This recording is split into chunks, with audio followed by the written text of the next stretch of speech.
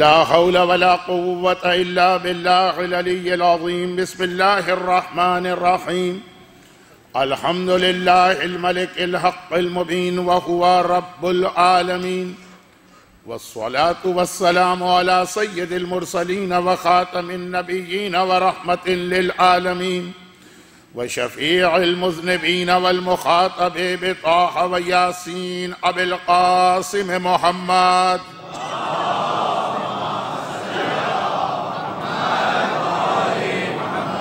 وآله الطيبين الطاهرين المعصومين المظلومين المنتجبين الميامين الذين أذهب الله عنهم الرجس وطهرهم تطهيرا.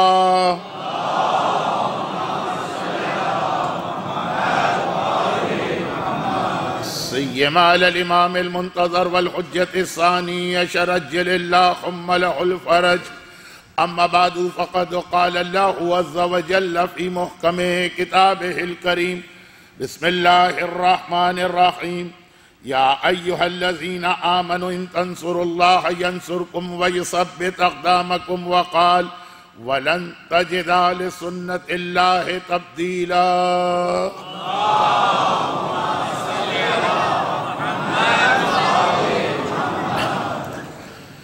معرفت اصحاب امام کے عنوان پر تمہیدی گفتگو ہی کچھ اتنی زیادہ پھیلتی جا رہی ہے کہ اب مجھے یہ ڈر لگ رہا ہے کہ عشرہ اختتام کو پہنچ جائے گا اور شاید اس عنوان پر براہ راست گفتگو شروع نہ ہو. ویسے اشاروں میں، مبہم انداز میں، انڈائریکٹ وے میں اس عنوان پہ کئی باتیں آ چکی ہیں، اور اگر انہی دو مجالس کی بیان کی ہوئی باتوں کو ایک ترتیب دے دیا جائے تو یہ اشرف ہو گیا. لیکن پھر بھی جو مجالس کا ایک طریقہ کار ہے اس کے اعتبار سے بات نہیں ہوئی. کل رات کی مجبوری تو یہ تھی کہ شب جمعہ بھی تھی، اور اگرچہ میں اپنے عنوان پہ رہا لیکن شب جمعہ کے تینوں موضوعات، موت، دعا، زمانے کا امام، ان پر بھی کچھ نہ کچھ گفتگو ہوئی. کیونکہ یہ آخری لفظ جو میں نے عرض کیا، زمانے کا امام، یہ معرفت اصحاب امام میں اور زیادہ واضح طور پہ آئے گا، اور شاید آئندہ شب جمعہ. اس دفعہ مجھے اپنے اس عشرے میں دو شب جمعہ مل رہی تھیں، ایک گزر گئی، ایک باقی. تو بہرحال یہ تو کچھ کل رات کی بے ترتیب مجلس کے حوالے سے کچھ گزارشات. لیکن جو بات کل رات کی بے ترتیب مجلس میں بے ترتیبی کے ساتھ آئی، اسے بھی ایک منزل تک تو پہنچانا، اور وہ ایک جملہ شیخ محمد حسین صاحب جواہر الکلام کا تھا.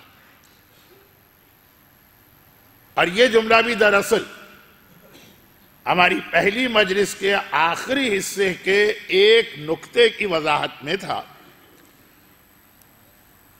کہ یہ جو ایک تصور آ جاتا ہے کہ حدیث ضعیف ہے یعنی غلط، حدیث ضعیف ہے یعنی اس کی کوئی حیثیت اور کوئی اہمیت نہیں، حدیث ضعیف ہے یعنی اسے پڑھنا یا اسے بیان کرنا یا اس پہ عمل کرنے کی قطعاً ضرورت نہیں. چلے یہاں تک بھی اگر بات ہو، گرچہ غلط ہے یہ بات، تب بھی غنیمت. اس کے بعد اسے مجبور کیا جائے سامنے والے کو کہ تم بھی اس پر عمل نہ کرو، اور تم بھی اس ضعیف حدیث کا تذکرہ نہ کرو.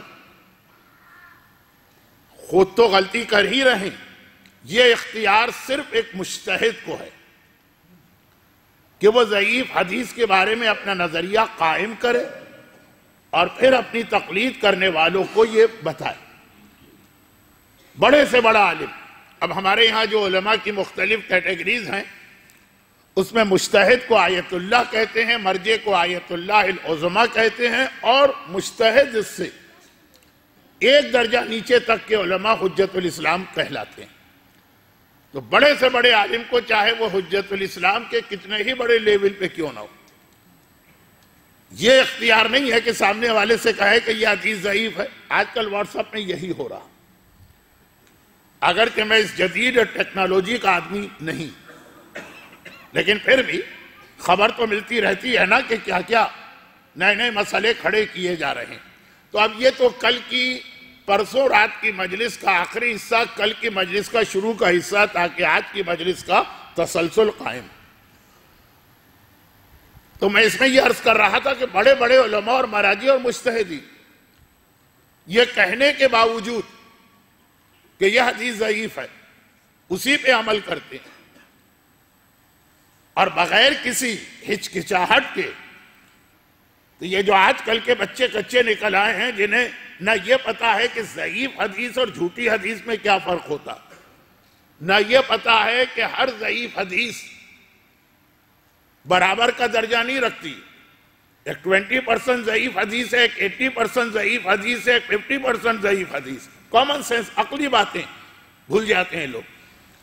ہم ویسے ہی بہت مشکلات کے زمانے سے گزر رہے ہیں، اور اس میں مزید مشکلات اپنی بڑھاتے چلے جائیں ایسے موضوعات پر جو صرف اور صرف جہالت کا نتیجہ۔ تو شیخ محمد حسین صاحب جواہر الکلام کا تذکرہ ہو رہا تھا، اور ساتھ میں پھر شیخ مرتضی انصاری کا بھی ذکر آیا۔ یہ دونوں کے واقعات نہیں، شیخ مرتضی کا واقعہ میں کئی بار پڑھ چکا ہوں، شیخ محمد حسین کا جملہ صرف اس بات کی وضاحت کے لیے پیش کر رہا ہوں کہ یہ جو ضعیف ضعیف ضعیف کے حوالے سے ہمارے ان بچوں کو کنفیوز کیا جا رہا، میں بہت سی باتیں اس وقت کھل کے نہیں کہنا چاہ رہا ہوں، اور نہیں کہہ پا رہا ہوں، اور نہیں کہنا چاہتا ہوں، لیکن چونکہ یہ بہت اہم مسئلہ اس وقت کچھ علاقوں میں بن گیا، تو بہت اشارتاً آج کی بات کو بہت لمبا نہیں کرنا کہ شیخ محمد حسین وہ عظیم ترین ہمارا مرجع کہ شیخ مرتضی انصاری کے آج کل ہماری مرجعیت کا زمانہ کہلاتا ہے شیخ انصاری کا زمانہ۔ ایک زمانہ تھا شیخ طوسی کا، ایک زمانہ تھا علامہ حلی کا۔ یہ زمانے سے مطلب یہ نہیں ہے کہ وہ 50 سال یا 100 سال مرجع رہے تو وہ نہیں، اس کا مطلب یہ ہے کہ ان کے اتنے اثرات بعد کے مراجع پہ پڑے کہ 200 سال تک انہی کا سکہ جمع رہا۔ شیخ طوسی، پھر علامہ حلی کا خاصا طویل عرصے، شہیدین، اور اب یہ 200 سال شیخ مرتضی انصاری، انہی کے نظریات پہ سارے مراجع آج فتویٰ دے رہے ہیں۔ اور اگر میں اس طرف چلا گیا کہ شیخ مرتضی انصاری کو نکال دیجئے مرجعیت کی تاریخ سے، تو آدھے سے زیادہ آج کے فتوے ختم ہو جائیں، آدھے سے زیادہ۔ کیوں؟ آپ وہ واقعہ بھی سنتے ہیں اور آج کے تمام مراجع کا ایک نظریہ بھی سنتے ہیں، اور دونوں اپنی اپنی جگہ صحیح ہیں، لیکن عمل آج کے مراجع کے نظریے پہ ہے۔ وہ بہت مشہور واقعہ، یہ تو پھر میں موضوع سے کہیں اور چلا جا رہا ہوں۔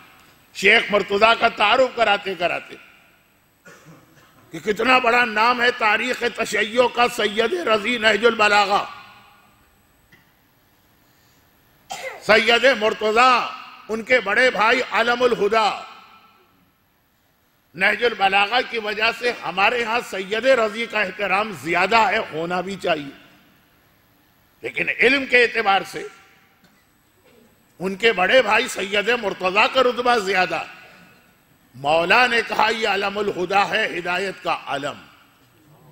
آج بھی کاظمین میں دونوں بھائیوں کے روزے بہت قریب قریب، ایک سڑک ہے بس درمیان میں، ایک طرف ان کا روزہ ایک طرف ان کا روزہ۔ وہ عظیم ترین مرجع سید مرتضی، یعنی اب یہ مراجع کے نام میری زبان پہ آتے ہیں اور میں پھسل جاتا ہوں اپنے اصل موضوع سے۔ ان کا ایک بہت مشہور واقعہ ہے شیخ طوسی کے ساتھ، جو ابھی میں نے بتایا کہ مرجعیت کی تاریخ میں شیخ طوسی بھی ایک بہت بڑا نام۔ مولا کے روزے سے اگر آپ کبھی نکلیں وادی السلام جانے کے لیے، تو روضے سے نکلتے ہی الٹے ہاتھ پر جو پہلی قبر ہے جو مسجد کے اندر ہے وہ شیخ طوسی کی قبر ہے. اسی راستے پہ آپ آگے بڑھ کے وادی السلام کے قبرستان میں داخل ہو جاتے ہیں. اتنا ہی کافی ہے کہ نجف کا حوضہ بنانے والے شیخ طوسی یہ شاگرد ہیں، سید مرتضی استاد ہیں، وہ مرجع ہیں، یہ آیت اللہ ہیں اور ان کے بعد مرجع بنے. بہت چھوٹا سا جملہ کہہ رہا ہوں کیونکہ واقعہ بیان کروں گا اور مشہور واقعہ یہ بچے بھی جانتے ہیں. اتنی سی بات تھی نا کہ شیخ طوسی نے کہا کہ اے میرے محترم استاد، آپ اس گھوڑے کی زین پہ نہ بیٹھے، میری آنکھوں کے سامنے کتا اس پہ پیشاب کر کے گیا.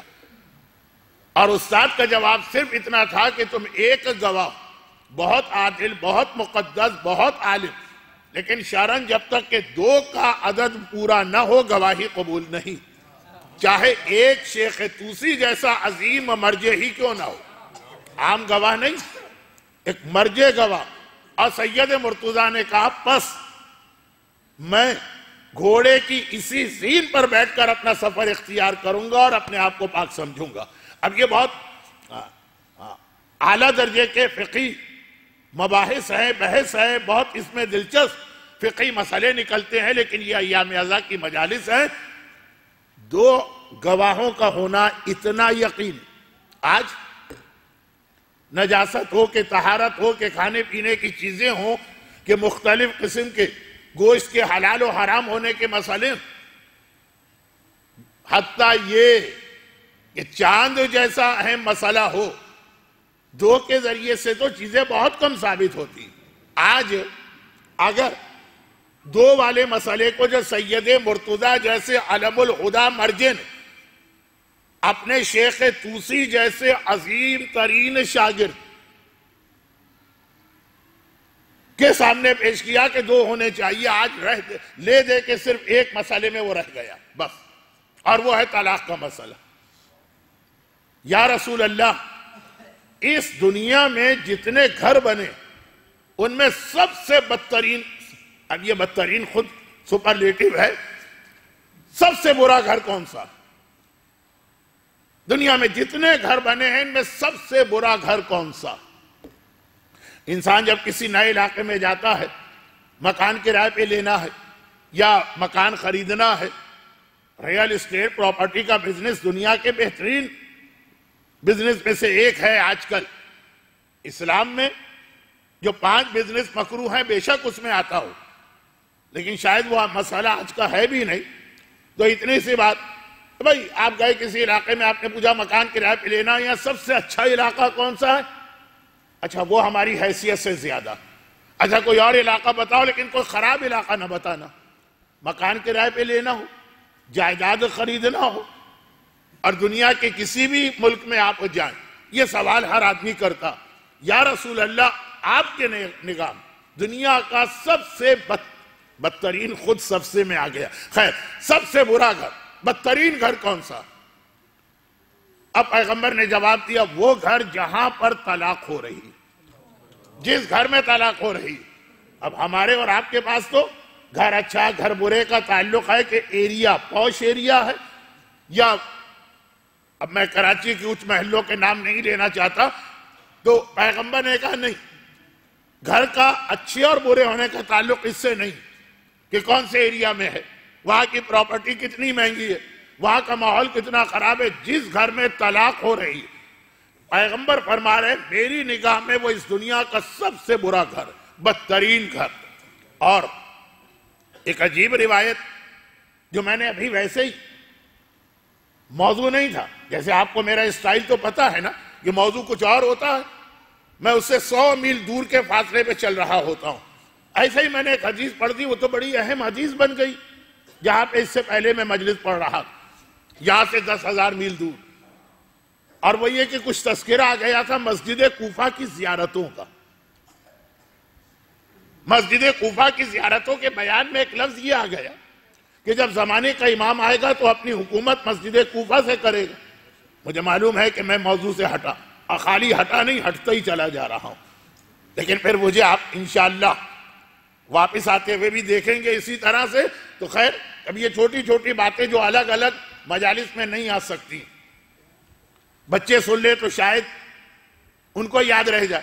اب مسجد کوفہ کی زیارت، حج اور عمرے اور زیارت کے قافلوں میں مومنین کرام کی رہنمائی کرنے کی بنا پر بہت ساری چیزیں بے اختیار مجلس میں بھی میری زبان پہ آ جاتی ہیں، اور میں بھول جاتا ہوں کہ اس وقت میں مسجد کوفہ کے صحن میں نہیں کھڑا ہوں۔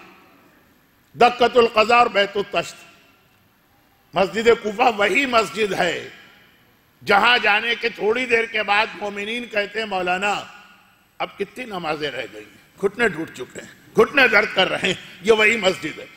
تو وہاں پہ دو زیارتیں بہت قریب قریب ہے صحن میں، دکۃ القضاء اور بیت التشت۔ بیت التشت جو دنیا کا عدالت کا نظام ہے، اس میں آج کل کئی کیسز میں میڈیکل ایگزام ہوتا، شاید دنیا کی تاریخ میں سب سے پہلے مولا کے حوالے سے تفصیل ملتی۔ ایک کیس آیا ایک لڑکی کا، وہ بہت مشہور واقعہ ویسے بھی ممبروں پہ تھا، اور اب تو اس مجمع میں کون آدمی ایسا ہے جس نے پچھلے 4-5 سال میں زیارت نہیں کی؟ ہو سکتا ہے یہ بچہ نہ گیا ہو، لیکن تب سبھی لوگ جا چکے ہیں۔ تو مولا نے وہاں جا کے باقاعدہ لیڈی ڈاکٹر کو بلا کے پہلے اس کا میڈیکل چیک اپ کرایا، پھر فیصلہ کیا۔ علم امامت سے تو مولا کو ویسے ہی معلوم تھا، ہر چیز میں ہر جگہ علم امامت استعمال نہیں ہوتا، یہ ایک الگ بحث ہے، اس کو ایک طرف روکی۔ مگر خود مولا کہاں پہ بیٹھے ہوئے تھے جب یہ سارا کارروائی ہو رہی تھی اور میڈیکل چیک اپ ہو رہا ہے اور لیڈی ڈاکٹر کو بلایا جا رہا ہے، تو وہ تو اس بچی کو جو پہلے وہ سرداب کے اندر ایک کمرہ تھا، اب وہ زیارت اس طرح سے نہیں رہی۔ مولا خود کہاں تھے؟ دکۃ القضاء میں۔ کہا کیوں؟ کہا یہ وہ جگہ کہ مسجد کوفہ میں بھی جب مولا فیصلے کرتے تھے تو یہاں پہ بیٹھ کے فیصلے کرتے تھے، یہ گویا کورٹ تھا، یہ عدالت تھی، یہ انصاف کا محکمہ تھا، مولا یہاں بیٹھتے ہیں۔ اب یہ ساری بات کیوں آ گئی؟ جب زمانے کے امام ظاہر ہوں گے ان کے لیے بھی روایت ہے کہ مقدمات کے فیصلے جب کریں گے تو وہ دکۃ القضاء پہ آ کے بیٹھا کرے گی۔ نماز جماعت پڑھانا ہے مسجد کوفہ کے اندر جو مولا ہی کی محراب، خطبہ دینا ہے ممبر کوفہ ہی کے اوپر جو ان کے دادا کا ممبر، اور جب فیصلے کرنا ہے حکومت امام میں بھی تو قضاوت کا محکمہ ہوگا، فیصلے ہوں گے تو اسی دکۃ القضاء پہ بیٹھیں گے۔ بعض چیزیں ایسی ہوتی کہ بہت سامنے کی ہوتی، لیکن زیارت کرتے وقت اگر الگ سے یاد نہ دلایا جائے تو اس وقت مومن کا ذہن متوجہ نہیں ہوتا۔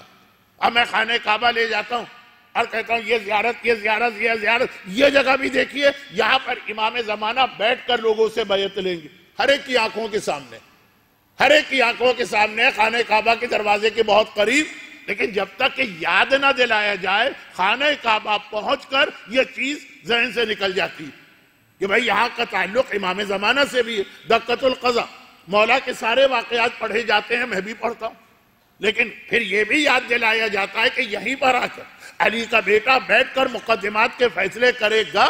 یہ جملے سے مجھے وہ روایت مکمل کرنا تھی جس کی وجہ سے جو لوگ بہت زیادہ زیارت کر چکے ہیں وہ ذرا سے اکتاہٹ محسوس کر رہے ہوں گے کہ اتنا زیادہ وہ سنا۔ مسجد سہلہ امام کا بیت المال، جب امام آپ کو پرچہ لکھ کے دیں گے آنے کے بعد کہ اتنا وہاں سے اتنا لے لو، تو کہاں جانا ہے؟ مسجد سہلہ میں۔ بیت المال وہ ہے، رات کو سونے کی جگہ کربلا ہے، نماز پڑھنے کی جگہ محراب امیر المومنین ہے، خطبہ دینے کی جگہ ممبر ہے، فیصلہ کرنے کی جگہ دکۃ القضاء۔ یہ آنے کے بعد، ظہور کے بعد کے سارے حالات جلدی بیان کر رہا ہوں، لیکن جو اصل بات تھی وہ یہ تھی کہ جب زمانے کے امام دکۃ القضاء پہ آ کے بیٹھیں گے اور فیصلہ کرنا شروع کریں گے، کس بات کا؟ جو لوگوں میں اختلافات یا جھگڑے، اس میں پہلے دو کیس جو آئیں گے، پہلے دو کیس، میرا اپنا انداز جو ہوتا ہے نا اس کو ذہن میں رکھ کے یہ بات سنیے گا۔ پہلے جو دو کیس آئیں گے وہ بڑے عجیب و غریب ہوں گے۔ ایک کیس لے کے رسول اللہ زمانے کے امام کے سامنے پہنچے گے، اور ایک کیس لے کے شہزادی کونین زمانے کے امام کے سامنے وہاں پہنچے گے۔ وہ جو آپ کے ذہن میں بات جا رہی ہے وہ نہیں، اسی لیے میں نے کہا میرا جو اپنا انداز ہوتا ہے اس کو ذہن میں رکھیے گا۔ دو کیس سب سے پہلے امام کے پاس آئیں گے، پہلا رسول اللہ لے کے آ رہے ہیں، دوسرا شہزادی لے کے آ رہے ہیں. یہ امام کہاں تشریف فرما ہے؟ دکۃ القضا.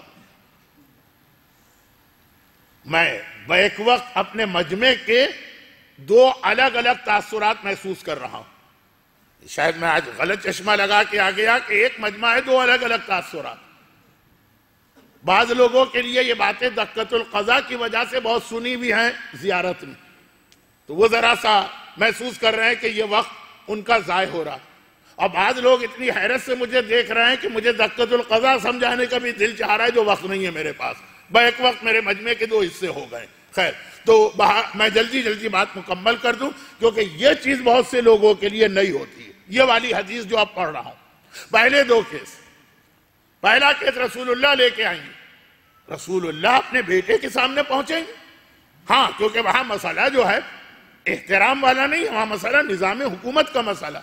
اور کیا کہہ کے پہنچیں گے؟ جملہ جو میں کہہ رہا ہوں اس میں آپ کے ذہن کہیں اور بھی جا سکتے ہیں، تو پوری توجہ میری جانب رہی. اور وہ یہ کہ رسول یہ کہہ کے زمانے کے امام کے پاس آئیں گے کہ میں اپنی بیٹیوں کا کیس لے کے تیرے پاس آیا. بیٹی نہیں کہا میں نے، ورنہ آپ کے ذہن کہیں اور چلے جاتا.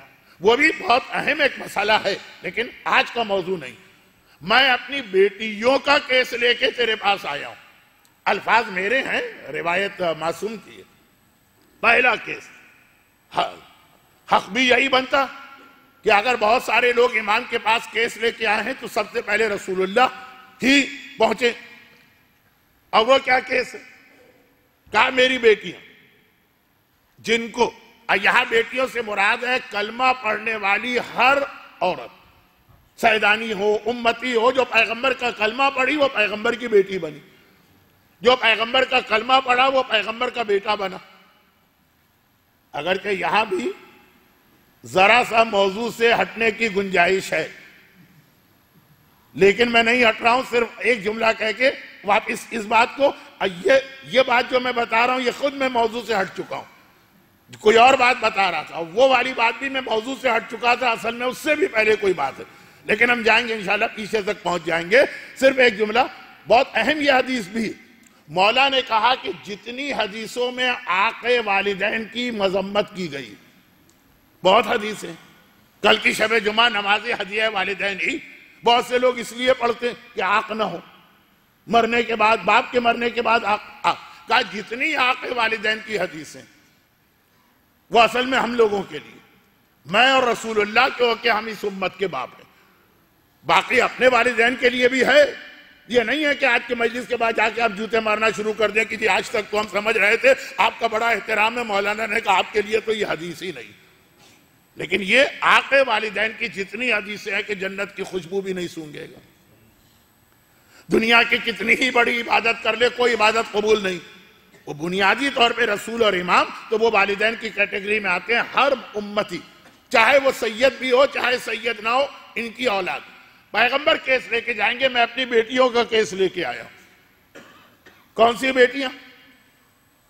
اب زمانے کا امام پیغمبر کے کیس کو کس طرح سنے، لیکن بہرحال ایک نظام ہے، ورنہ اللہ کا رسول آ جائے امام زمانہ احترام میں اپنی جگہ چھوڑ دیں. لیکن یہ معاملہ اس وقت عدالت کا. کہا کہ میری بیٹیاں یعنی میری امت میں ہر وہ بچی جسے بغیر کسی شرعی سبب کے اس کے شوہر نے طلاق دی. جب کسی کی بیٹی کو طلاق ملتی ہے باپ کیسے تڑپتا، اس سے زیادہ رسول اللہ تڑپ رہے ہیں. اتنا آسان نہیں ہے طلاق کا مسئلہ جیسے ہماری قوم میں اتنا آسان بنا دیا گیا.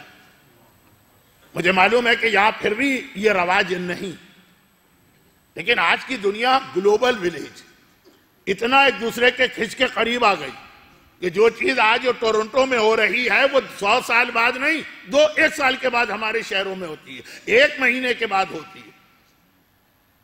اتنی تیزی سے ہماری قوم میں طلاق کا رواج بڑھتا چلا جا رہا کہ بعض اوقات علماء کرام کو جملہ کہنا پڑتا ہے جب کوئی نکاح پڑھوانے کے لیے آتا ہے کہ آپ کراچی کی بات کروں یا لندن کی بات کروں یا کینیڈا کہ جی وہ شادی ہو رہی ہے اور آپ کو اب بلا رہے ہیں نکاح پڑھنے کے لیے، ریکویسٹ ہے، درخواست ہے، جو کچھ بھی، تو ساتھ ساتھ کہنا پڑتا کہ اگر آپ ابھی سے دونوں وعدے لے لیں تو جو ریٹ ہے اس میں آپ کو ڈسکاؤنٹ مل جائے گا، پیکیج.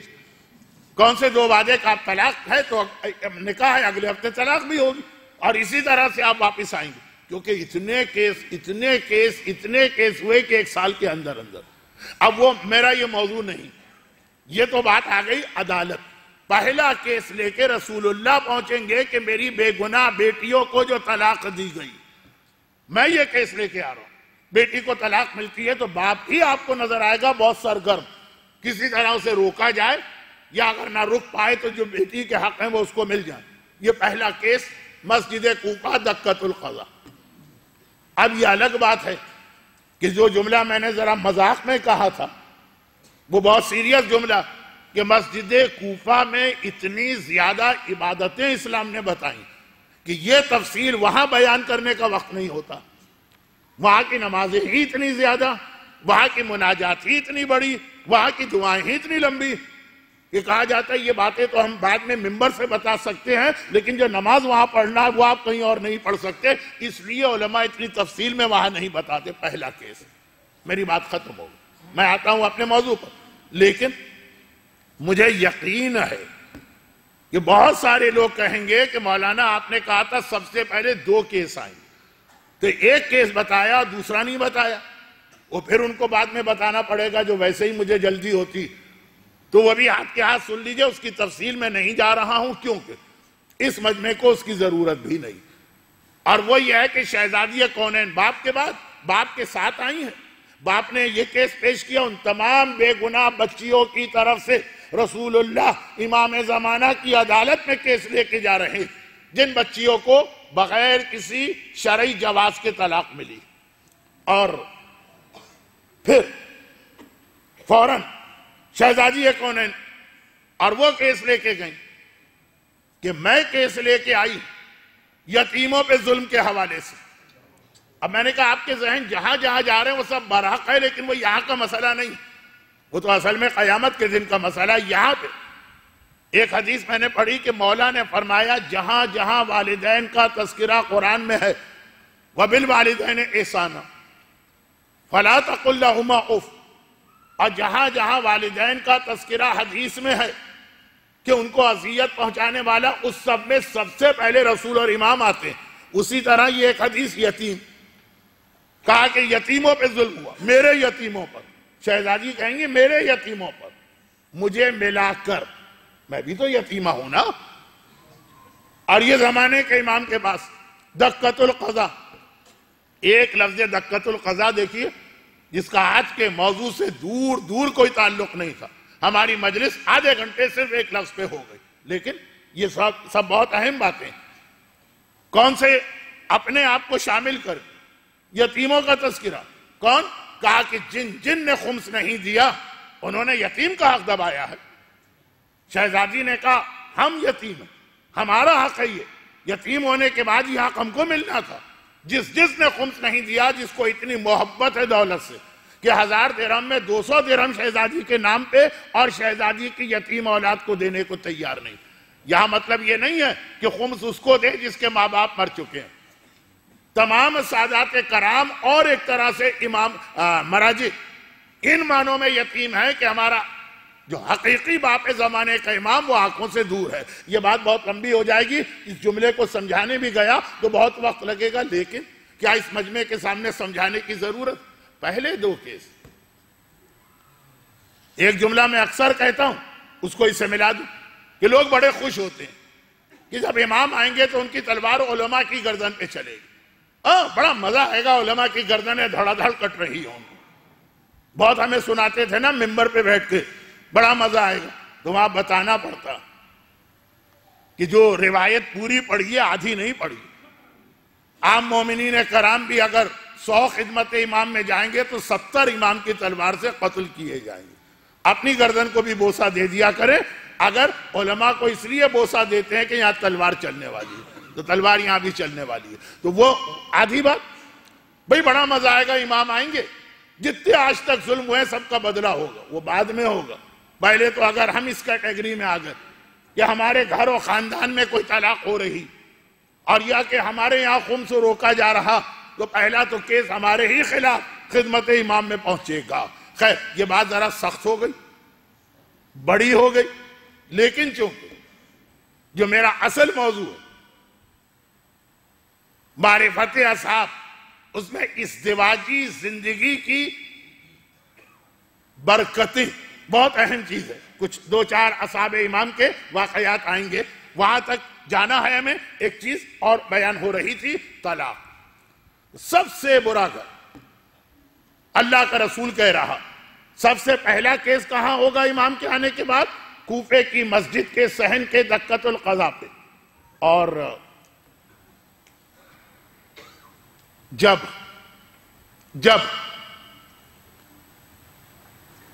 شوہر بے گناہ بغیر کسی وجہ کے بیوی کو طلاق دے، جس کے پاس حق طلاق ہے بعض وجوہات کی بنا پر، وہ اسلام میں اتنا برا، وہ کتنا برا ہوگا جو آج کل کا رواج ہے کہ بچیاں کہتی ہیں کہ ہمیں طلاق چاہیے، جن کے پاس حق طلاق اسلام نے رکھا بھی نہیں ہے کسی وجہ سے. یعنی جن کے پاس ظاہری طور پہ حق طلاق ہے، کچھ سمجھ میں آ رہا ہے کہ اسلام تھوڑا سا، بہت تھوڑا سا، میری تقریر کا پورا اثر ہی جملہ ختم نہ کر دے، قائل ہے کہ شوہر طلاق دے سکتا ہے، اس کو اتنا کنڈیم کر رہا. تو جسے تو طلاق لینا ہی نہیں چاہیے وہ اگر آج کل آ کے کہے، اور ایک کیس، سینکڑوں کیس آپ کو ملیں گے، وہ اس سے بھی بدتر چیز ہو گئی. لیکن صرف ایک اشارہ میں نے کیا تاکہ تقریر بیلنس بھی ہو جائے اور ان بچیوں کو کچھ سمجھ میں بھی آئے. اب وہ طلاق کیوں ہوتی؟ ایک وجہ تو مال کی محبت ہے، جو اصحاب امام کی سب سے بڑی خوبی میں نے کل بتائی تھی، 2 دن بعد تفصیل سے آئے گی. بہت جلدی میں واپس آ رہا ہوں. اچھا، پیغمبر نے کہا کہ سب سے بدترین گھر، یہ بات کیوں آ گئی؟ آپ بھول گئے ہوں. یہ بات آ گئی شیخ مرتضی انصاری کے اس اجتہاد کی وجہ سے، جو اتنا چھا گیا کہ سید مرتضی انصاری اتنے چھوٹے مسئلے پر، جو بچہ بھی کہے گا کہ اس میں کیا مسئلہ تھا، گھوڑے کی زین دھلوا لیتے، دھونے کا مسئلہ بھی نہیں، دھلوا لیتے. اپنے زمانے کے مالدار ترین انسان تھے سید مرتضی، اتنی دولت ان کے پاس تھی اور اتنے غلام تھے. زحمت کیا ہوتی؟ یہ زین ہے، جاؤ دھو. نجف کی گرمی آپ نے دیکھی ہے، 10 منٹ میں سوکھ بھی جاتی، 5 منٹ میں. اتنی زحمت بھی گوارا نہ کی، کیونکہ بات مسئلہ شرعی کی ہے. کہا کہ جب 2 عادل چاہیے تو میں ایک عادل کی گواہی پہ عمل نہیں کروں گا. اور ذہن میں رکھیے کہ عمل کرنے میں کیا زحمت ہو رہی. ہاں، کہیں کوئی مسئلہ آپ کے لیے پرابلم پیدا کر رہا تو وہاں پہ آدمی سوچتا ہے کہ بھائی جب شریعت نے مجھے سہولت دی ہے تو میں کیوں اپنے آپ کو زحمت میں ڈالوں. اس میں کیا زحمت؟ ایک نوکرانی یا ایک نوکر گھر میں ملازم ابھی جائے گا، دھو کے لائے گا، 2 منٹ کی دھوپ میں وہ سوکھ جائے گا. کہ یہ بھی نہیں. یہاں پر بھی ایک جملہ آپ کے لیے نامکمل چھوڑے جا رہا ہوں. مکمل ہی کرتا لیکن تقریر تو پھر بہت دور چلی جاتی. اور وہ یہ کہ بعض لوگوں میں شک کی بیماری پیدا اس احتیاط کی وجہ سے ہوتی. ہر احتیاط کی اپنی ایک لمٹ ہوتی. آپ نے کہا ٹھیک ہے، اسلام نے کہا کہ مثلا 2 عادل ہونے چاہیے، لیکن اگر ایک عادل نے بھی کہا ہم بات مان لیتے ہیں، ہمارا نقصان کیا؟ نقصان یہ ہے کہ آپ کی جو ایک ول پاور ہے نا، وہ کمزور ہوتی ہے. اور وہ کمزور ہونے کے نتیجے میں اگلے مرحلے میں آپ کو ہر چیز نجس لگے گی. وہ خود ایک بیماری کا آغاز ہے، جس سے اگر میں ایک اور لفظ سے بیان کروں تو شاید آپ کے ذہن کہیں اور بھی چلے جائیں، تب بھی ٹھیک ہے. بدترین بیماریوں میں آج کل ایک لسٹ بنائی ہے. میں کہاں بھٹک رہا ہوں؟ یہ تو قرآن نے شاعروں کے لیے کہا ہے وَفِي كُلِّ وَادٍ يَهِيمُونَ. وہ ادھر ادھر ہی بھٹکتے رہتے ہیں، موضوع پہ تو رہتے ہی نہیں.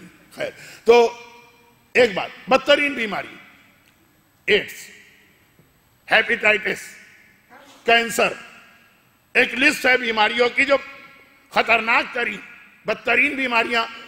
اچھا، وہ ہمارے والنٹیئرز کو زحمت ہو رہی ہے میری وجہ سے، تو آپ حضرات ذرا دائیں بائیں، کیونکہ اب جو لوگ آ رہے ہیں ان کو جگہ نہیں مل رہی ہے. ادھر بہت جگہ خالی ہے. میری عادت آپ کو پتا ہے، میں آپ کو کم سے کم زحمت دیتا ہوں، آج زحمت دینا پڑ رہی. ذرا ادھر آ جائیے، آگے آ جائیے بیٹا، آپ بھی آگے آ جائیے. آج تو اجازت ہے.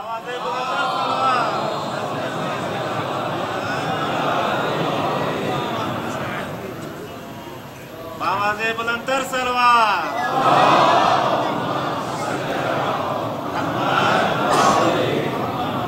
یہ زحمت آپ کو صرف آج ہوئی ہے، آپ کو میرا انداز پتا، نہ میں آپ کو آگے آنے کی بات کرتا ہوں، نہ زیادہ درود کی آپ سے درخواست کرتا ہوں۔ ہاں اس وقت دل جل جاتا کہ پوری مجلس میں ایک بار کہوں، وہ بھی لوگ اتنے نحیف آواز میں جیسے پتہ نہیں کتنے دنوں سے کھانا ہی نہیں کھایا۔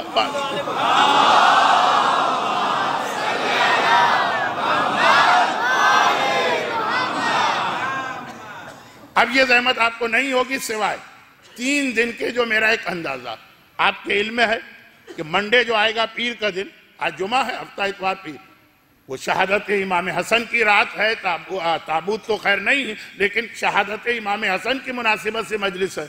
اس میں ہو سکتا ہے کہ کچھ مومنین اسی تعداد میں آ جائیں جو آج چھٹی کی وجہ سے آئیں، اور پھر جمعرات کو اس کے 2 دن کے بعد شہزادی سکینہ کی شہادت کی مجلس ہے، اور جمعے کو 30ویں کی مجلس ہے، اور چھٹی کی رات ہے۔ یہ 3 دن تو شاید میں آپ کو یہی زحمت دوں کہ ذرا سا اپنی جگہ سے حرکت کیجئے، لیکن باقی نہ اس سے پہلے میں نے زحمت دی، نہ کل کی یا اس کے بعد کی مجلس میں زحمت دوں گا۔ یہ معذرت میں نے اس لیے کر لی کہ کچھ لوگوں کے لیے جہاں ایک بار بیٹھ جائیں وہاں سے ہلنا بہت مشکل ہوتا ہے، وہ ان کے لیے دنیا کا سب سے بڑا امتحان آج بن گیا۔ ایک مرتبہ بآواز بلند درود اور بھیج دیں۔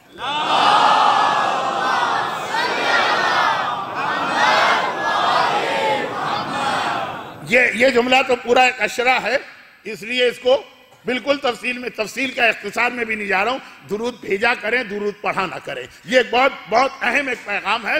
سفر کی آخری تاریخوں میں رسول خدا کے حوالے سے پڑھتا ہوں، لیکن پہلے آج کی بات تو مکمل ہو جائے۔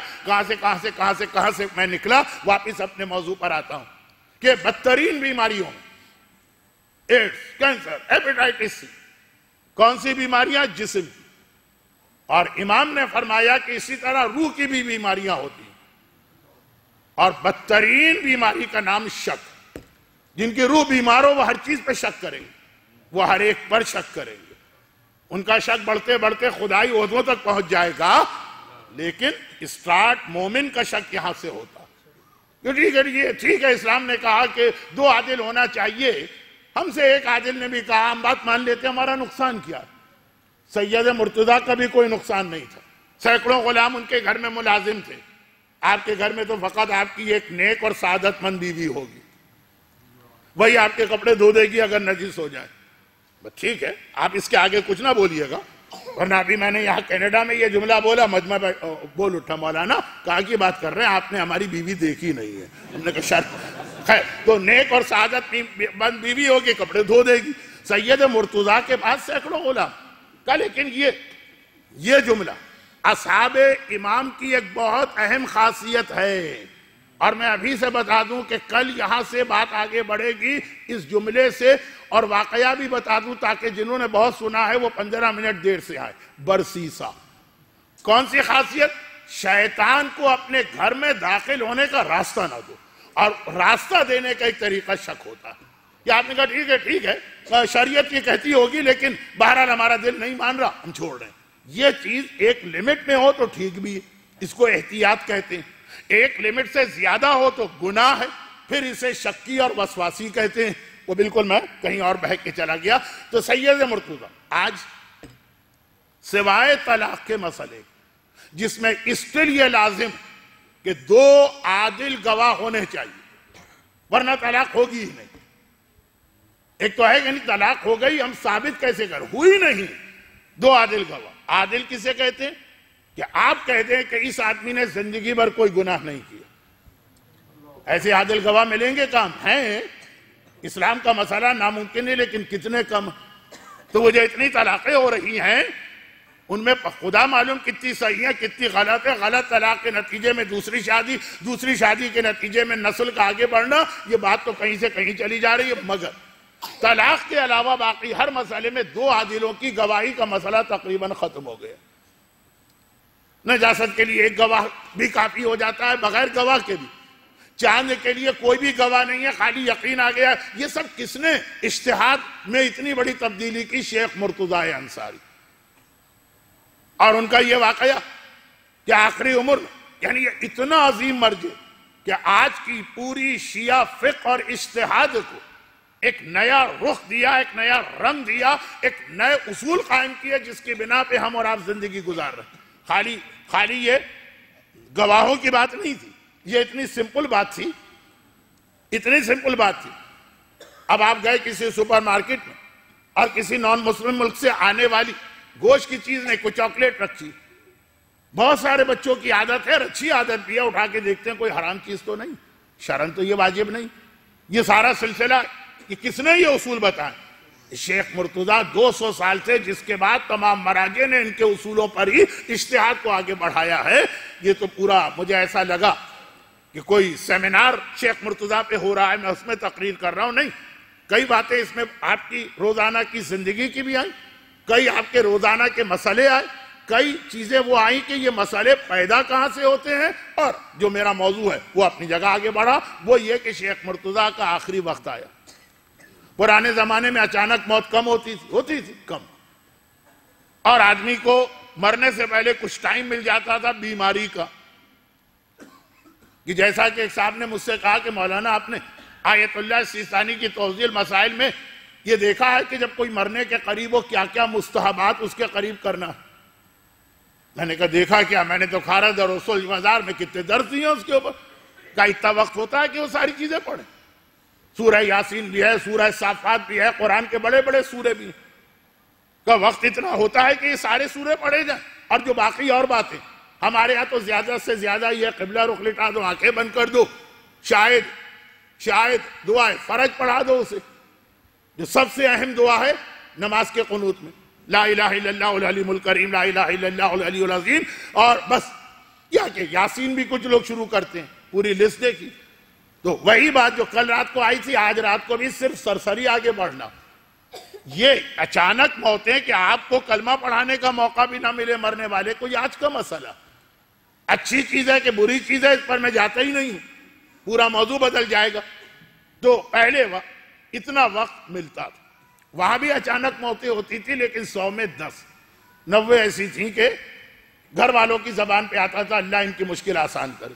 اور آج بھی بیمار رہ کے بھی بہت لوگ مرتے ہیں، لیکن 100 میں 20، 80 ایسے ہیں جو اچانک موت آ جاتی ہے۔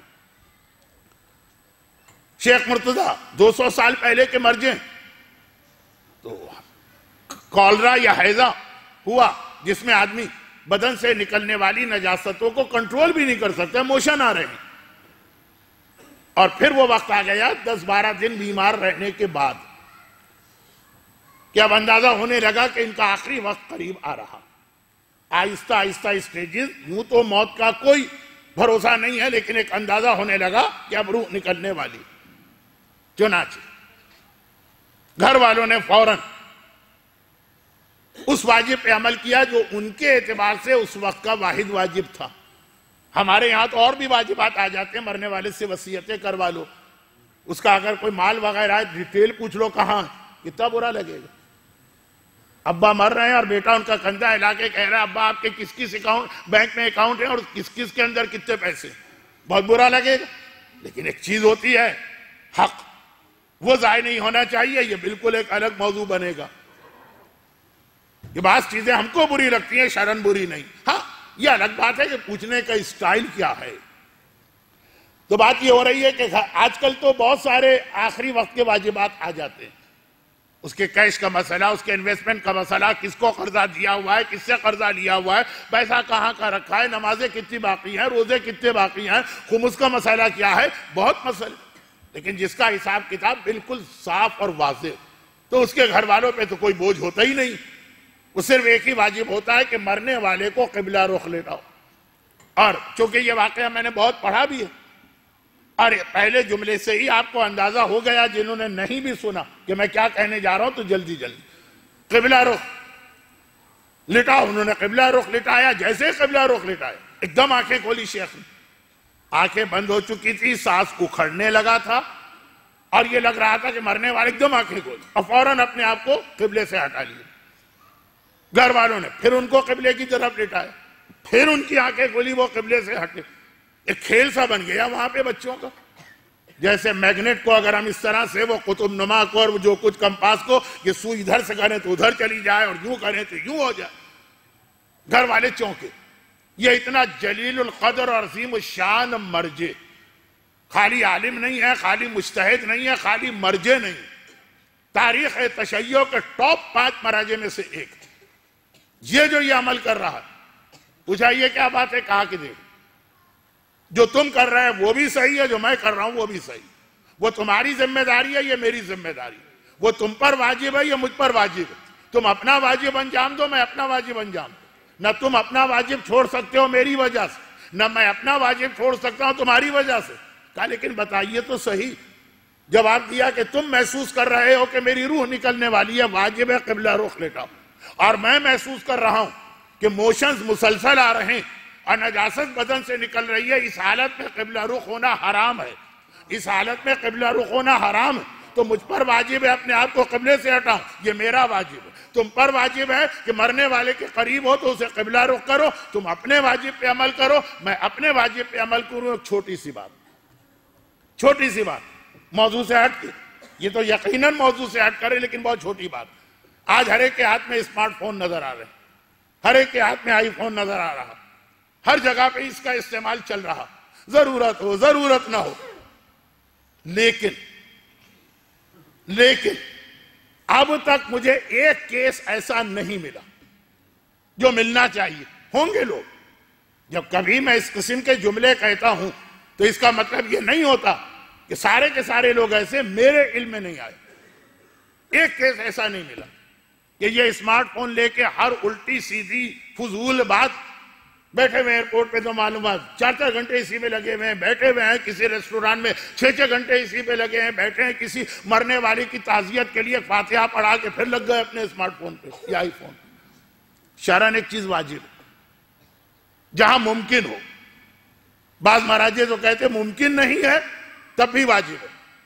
اب یہ بحث مجھ سے اگر میں نے چھیڑ دی، وہ کیا، زیادہ تر میں ایئرپورٹ کی بات کر رہا ہوں کیونکہ بہت زیادہ ٹریولنگ کرتا ہوں، کہ کوئی مومن ایئرپورٹ میں واش روم کہیے، ریسٹ روم کہیے، ٹوائلٹ کہیے، ہر جگہ الگ الگ گیا اور اس نے دیکھا ہو کہ یہاں پہ مثلا جو کموڈ ہیں یا جو خالی پیشاب کی جگہ ہے یہ قبلہ رخ ہے کہ نہیں، قبلے کی بات آگے نے ایک بھی نہیں دیکھا۔ شاید پہلے مشکل بھی ہوتا، آج آئی فون کے ہوتے ہوئے کوئی چیز مشکل نہیں، ہر فضول بات میری اچھی طرح سے تلاشی لے لیا کریں، میرے پاس نہ آئی فون ہے، نہ اسمارٹ فون ہے، نہ عام سا فون ہے، میں فون رکھتا ہی نہیں، میرا کیس الگ ہے۔ لیکن ایئرپورٹ کے اوپر کوئی نظر آئے گا بغیر فون کے، اور ہر چیز ہر جگہ استعمال ہو رہا ہے۔ جو واجب ہو جاتا ہے واش روم میں اگر آپ گئے، نہیں گئے تو الگ بات، لیکن گئے، اور خاص طور پر آج کل کے ایئرپورٹ جو بہت بڑے ہوتے ہیں جن کے اندر کچھ کموڈ قبلہ رخ ہوتے ہیں، کچھ قبلے سے ہٹ کے ہوتے ہیں، یعنی چوائس ہوتا، وہ جس کو یورینیل کہتے ہیں، جس میں خالی آدمی جو ہے پیشاب کرتا ہے، کئی ہوتے ہیں، کچھ اس رخ پر کچھ اس رخ پر، چوائس ہے۔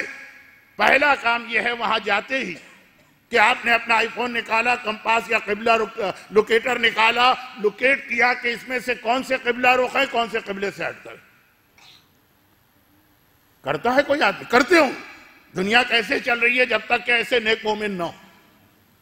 آپ کہیں گے اچھا مولانا پیشاب کرنے والوں سے دنیا چل رہی ہے؟ نہیں، پیشاب تک میں حکم خدا کا خیال کرنے والوں سے۔ نماز میں تو لوگ حکم خدا کا خیال کرتے ہیں، اتنا حکم خدا کا خیال کرنے والے کہ خالی مکے میں یا مسجد میں حکم خدا کا خیال نہیں کریں گے، واش روم میں بھی حکم خدا کا خیال کریں گے، ان کی وجہ سے دنیا چل رہی ہوں گے۔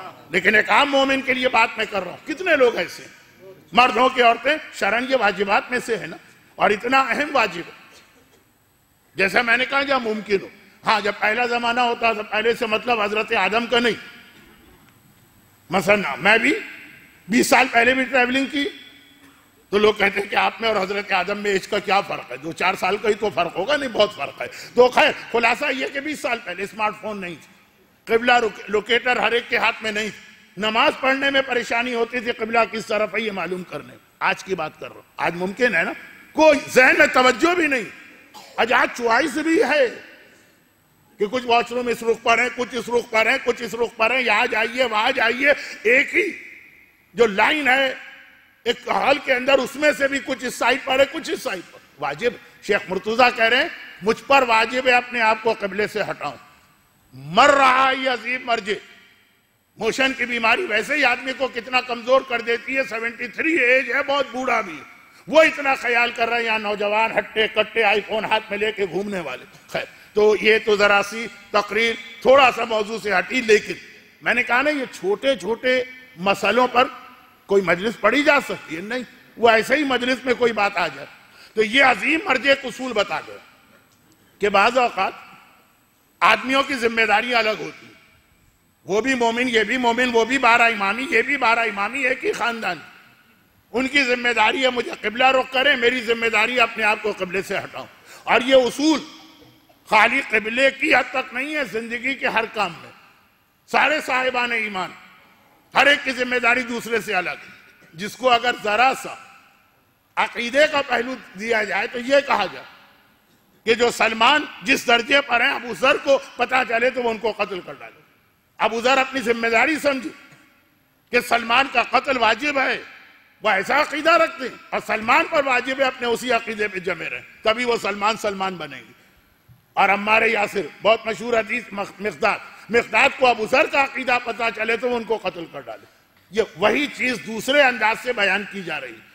پرابلم کیا ہوتا کہ سلمان اگر اپنی معرفت ابو ذر کے اوپر امپوز کرے کہ تمہیں بھی یہی معرفت رکھنا ہے, اور ابو ذر اگر اپنی ذمہ داری مقداد پر, بہت سارے ہماری قوم کے عقیدے کے مسئلے اس ایک جملے سے ہی حل ہو جانا چاہیے. ہر آدمی کے لیے اس میں بھی الگ الگ ذمہ داری بنائی گئی, اور عمل میں تو ہے.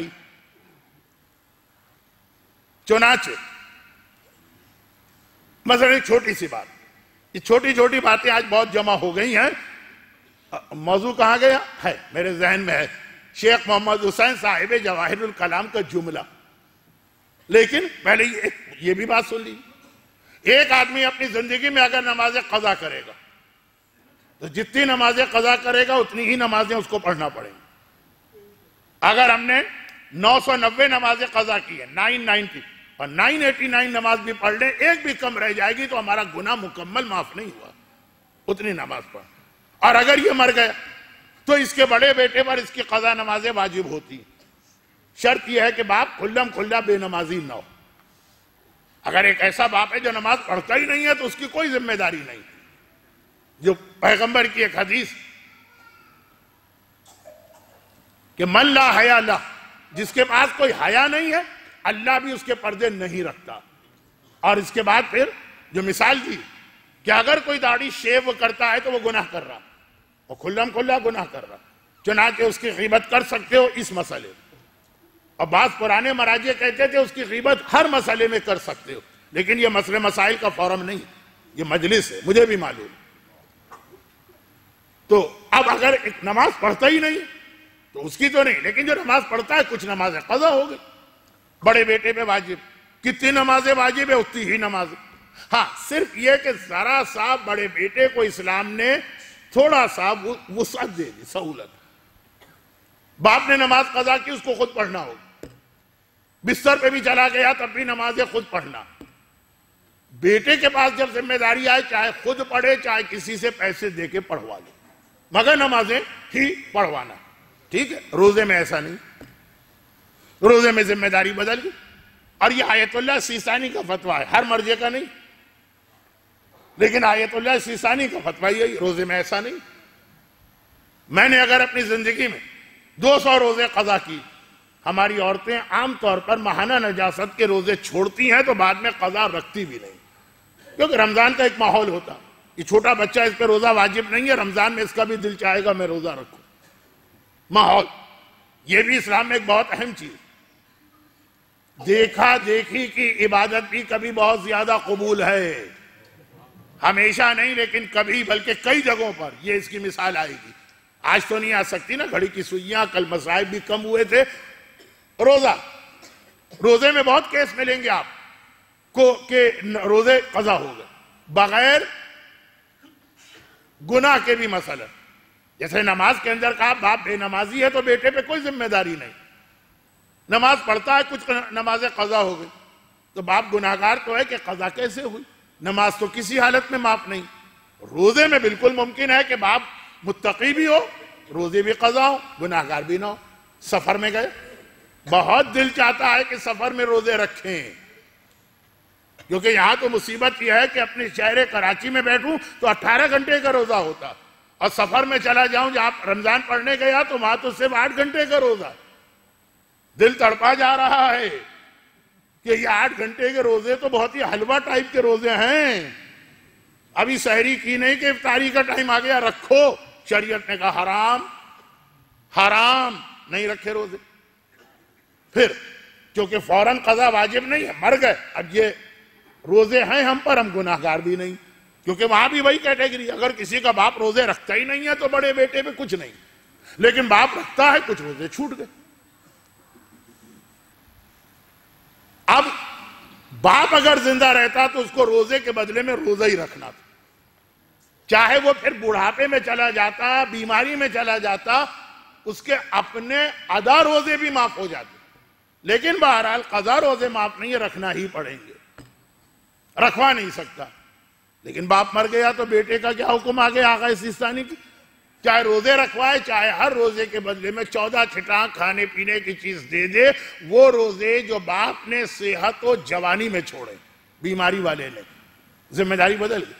خود جس نے روزے قضا کی وہ اگر اپنا گناہ معاف کرانا چاہے یا گناہ نہ ہو، کندھے ہلکے کرنا چاہے ذمہ داری سے، روزے کا روزہ رکھنا، اور اسی کی ذمہ داری جب بیٹے پر آئی تو اب یہ ہے کہ نہیں کھانا کھلا دو، تب بھی یہ باپ کی جو ذمہ داری تم پر آئی ہے معاف ہو گئی۔ اسے کہتے ہیں ذمہ داریاں بدلنا، ایک آدمی کی ذمہ داری کچھ اور ہے، دوسرے کی ذمہ داری کچھ اور۔ ہماری قوم یہ نہیں سمجھ پا رہی، اور ایک لاٹھی سے سب کو ہنکنا چاہتی ہے۔ عقیدے کی حد تک بھی اسلام نے کہا ذمہ داریاں الگ ہیں، اور عمل کی حد تک بھی اسلام نے کہا ذمہ داریاں الگ۔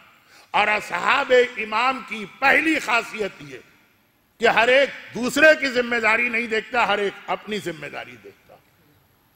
ابو ثمامہ سیداوی کی ذمہ داری کہ جیسے ہی نگاہ آسمان پر پڑی اور دیکھا کہ عاشور کے دن ظہر کی نماز کا وقت آ گیا، وقت زوال، وہ فوراً نماز پڑھے۔ اور ان 2 آدمیوں کی ذمہ داری یہ ہے کہ سب نماز پڑھتے رہیں، تم اپنے سینے پہ تیروں کو روک کر ان کو نماز پڑھنے کا موقع دو۔ اور یہ والا جملہ جو میں نے اس لیے جلدی جلدی کہہ دیا کہ وقت نہیں، میں جلدی سے مسائل پر آ گیا، ابھی کچھ باتیں رہ گئیں۔ یہ والا جو جملہ میں نے کہا یہ کربلا سے زیادہ کوفہ و شام کے بازاروں اور درباروں میں ہمیں سننے کو ملا، جب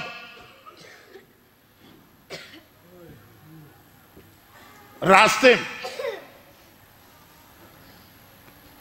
ایسے علاقے بھی آئے جہاں کچھ نہ کچھ محبان اہل بیت تھے،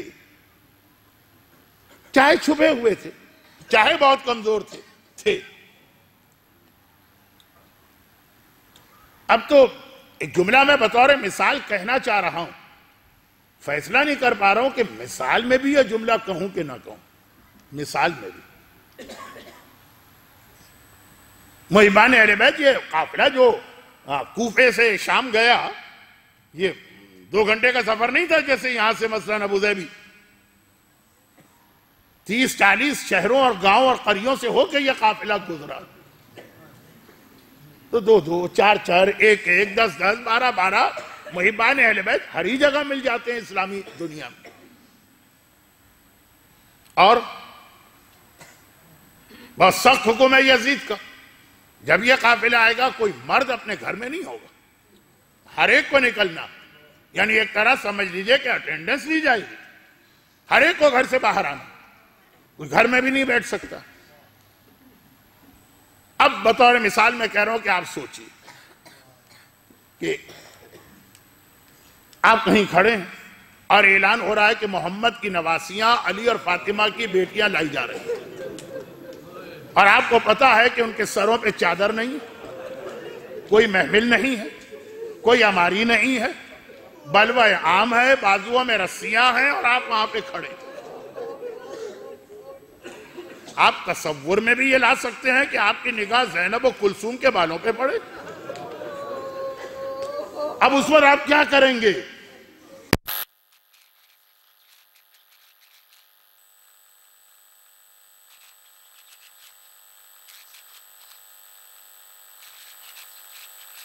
شاید میں نے یہاں عرض کیا تھا یا کہیں اور، جیسے ہی یہ قافلہ کسی شہر کے یا گاؤں کے قریب پہنچتا ہے، سجاد کو اونٹوں سے اتارا جاتا، زینب کے ناقے کی مہار سجاد کے ہاتھ میں تھمائی جاتی، کون سے ہاتھ جن میں ہتکڑیاں پڑی، پاؤں میں بھیڑیاں ہیں، گلے میں توق ہے، قیدیوں کا نیلا کرتا بدن پر ہے، سر پہ امامہ نہیں ہے، ننگے پیر، اور اس طرح سے پورے بازار سے پیدل چلنا۔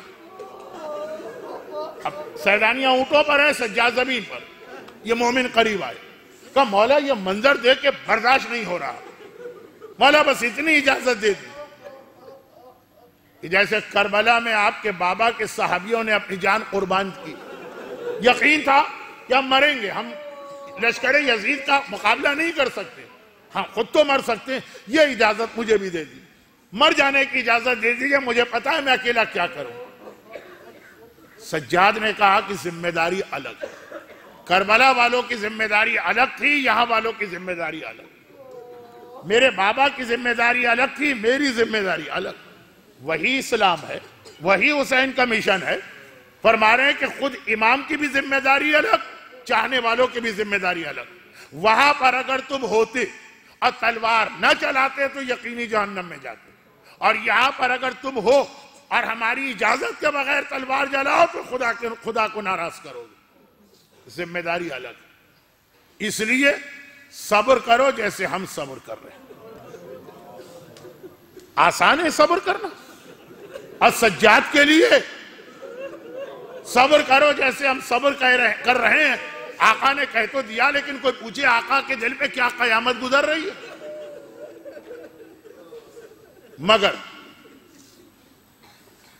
مگر ایک جملہ کہہ کر شام غریبہ سے واپس پھر قافلے کی طرف آتا ہوں۔ جب مدینے سے یہ قافلہ چلا تھا اور عبداللہ ابن عباس نے اتنا کہا تھا آقا حسین میں عمر میں آپ سے بڑا ہوں، ایک طرح رشتے میں بھی آپ سے بڑا ہوں، چچا بنتے ہیں، میرا ایک مشورہ یہ ہے کہ اگر کوفہ جانا ہی ہے تو عورتوں کو لے کے نہ جائیے۔